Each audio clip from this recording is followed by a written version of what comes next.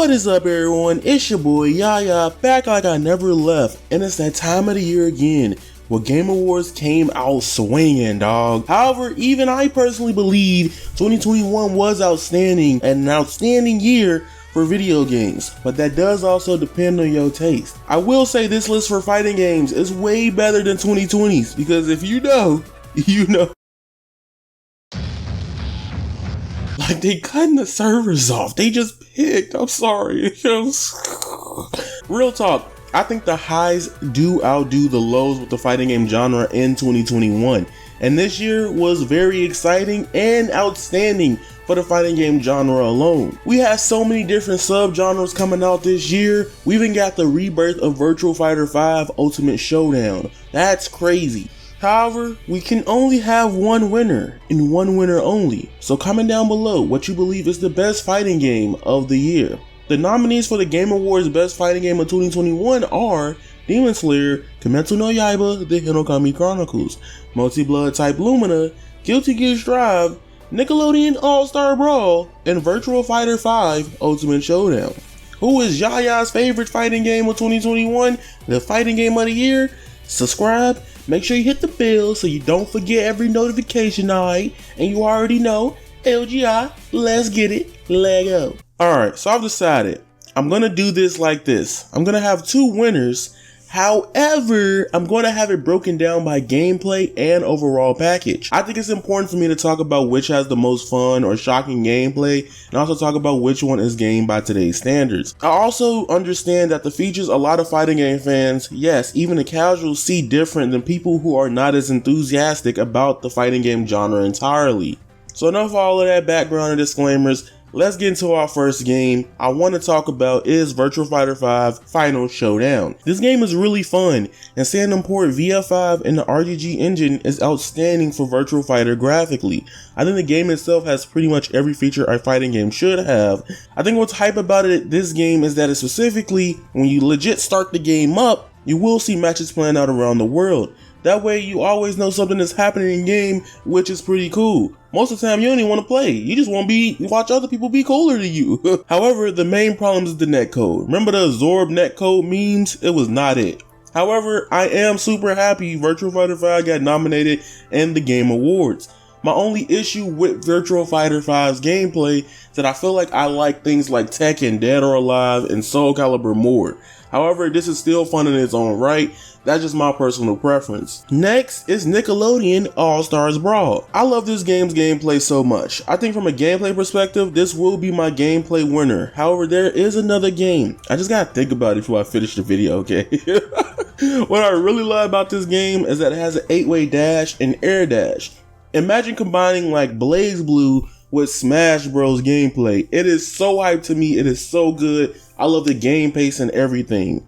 However, the game has a lot of glaring problems, which in this case, the gameplay can't carry it alone. I personally haven't even touched the offline modes because I know it's going to feel weird without the voice acting. But at the same time, I was never getting mad at Nick All-Stars for not having voice acting. I kind of already knew they were an indie studio working with a big IP, so budgeting was going to be a problem down the road. If we continue to support the game, they could probably add it down the road later. However, people are just dunking on it just to dunk on it. It's kind of sad. However, I am really also excited that Nickelodeon All-Star Brawl got nominated for Fighting Game of the Year, because this team is making the game even better. The community is slapping with the mods over there. They have a launcher.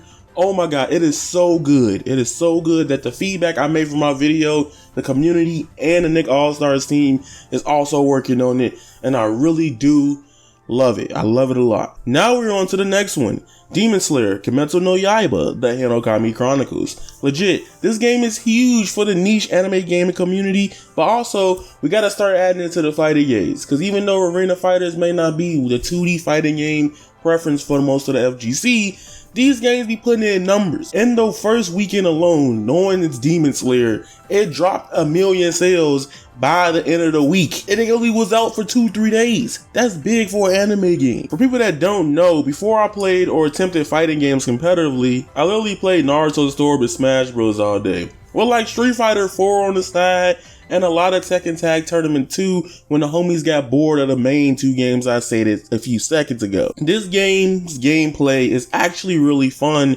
for an arena fighter. If anything, I'll say it's kind of second to Kill la Kill if gameplay wise. However, it ain't no Gundam Extreme Versus.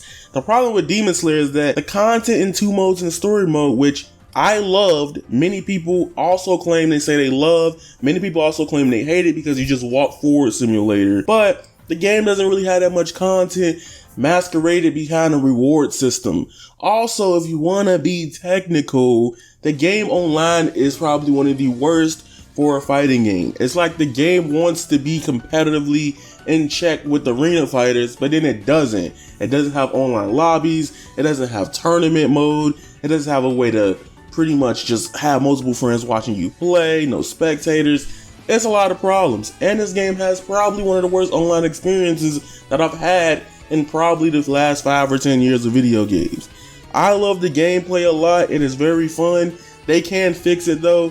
Sega has been aware, but I will say that this game is a blessing to get nominated because something actually fun to play, unlike Jump Force in my opinion, and One Punch Man got nominated. Now we on to the final 2, Melty Blood Type Lumina and Guilty Gear Strive.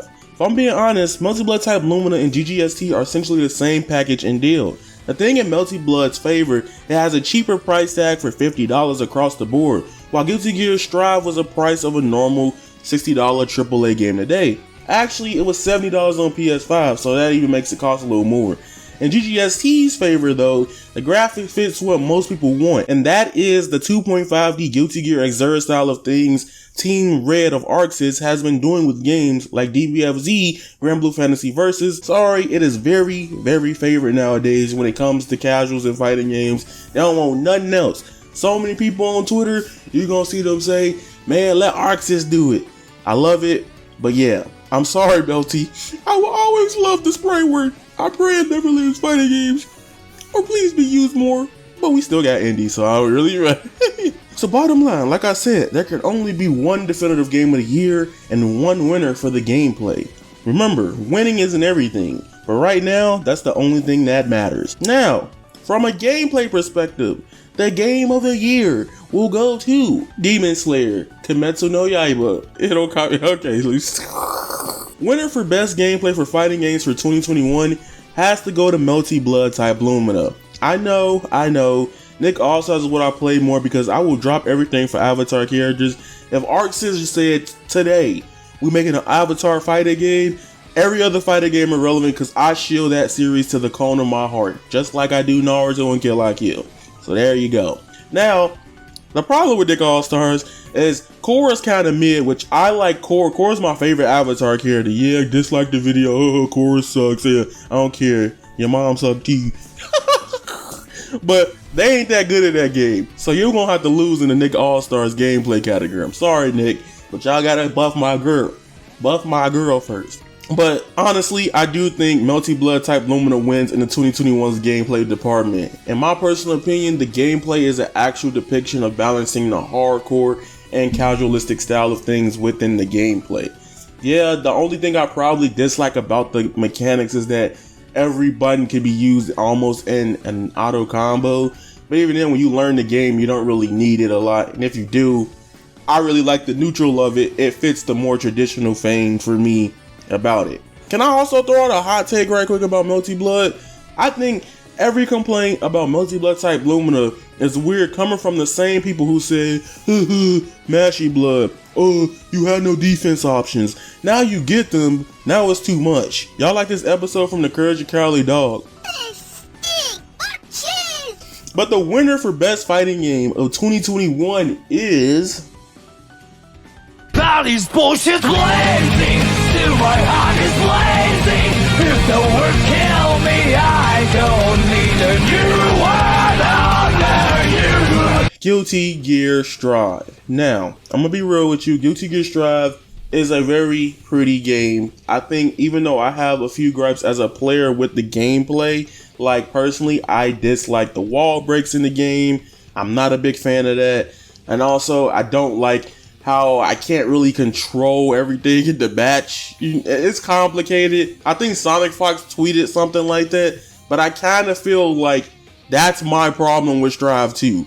And not just saying, oh, you just took Sonic Fox's opinion. No, I'm just saying, like, I do not like everything kind of resetting neutral. And then as sometimes I get kind of like annoyed seeing counter and counter and counter. But other than those little gripes and I guess pet peeves, annoyances, they're not really like something that make me like hate the game though.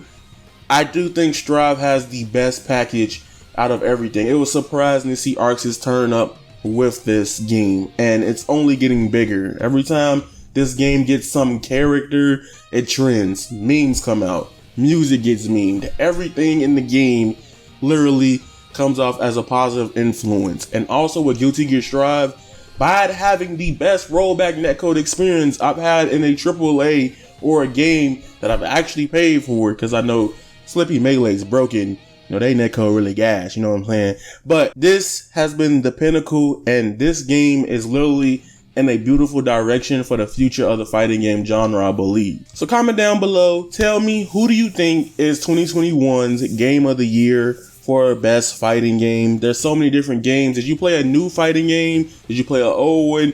Tell me how you feel. What did you play in 2021 that made you feel this way?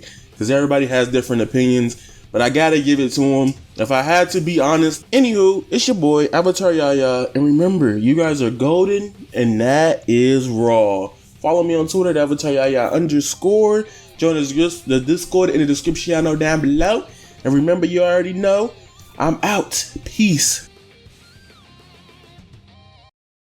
I've been the devil, I need me an arc and no water. My breathing, I feel like time's right. Walking this bitch with a sound to while she rock it, I keep me a domino.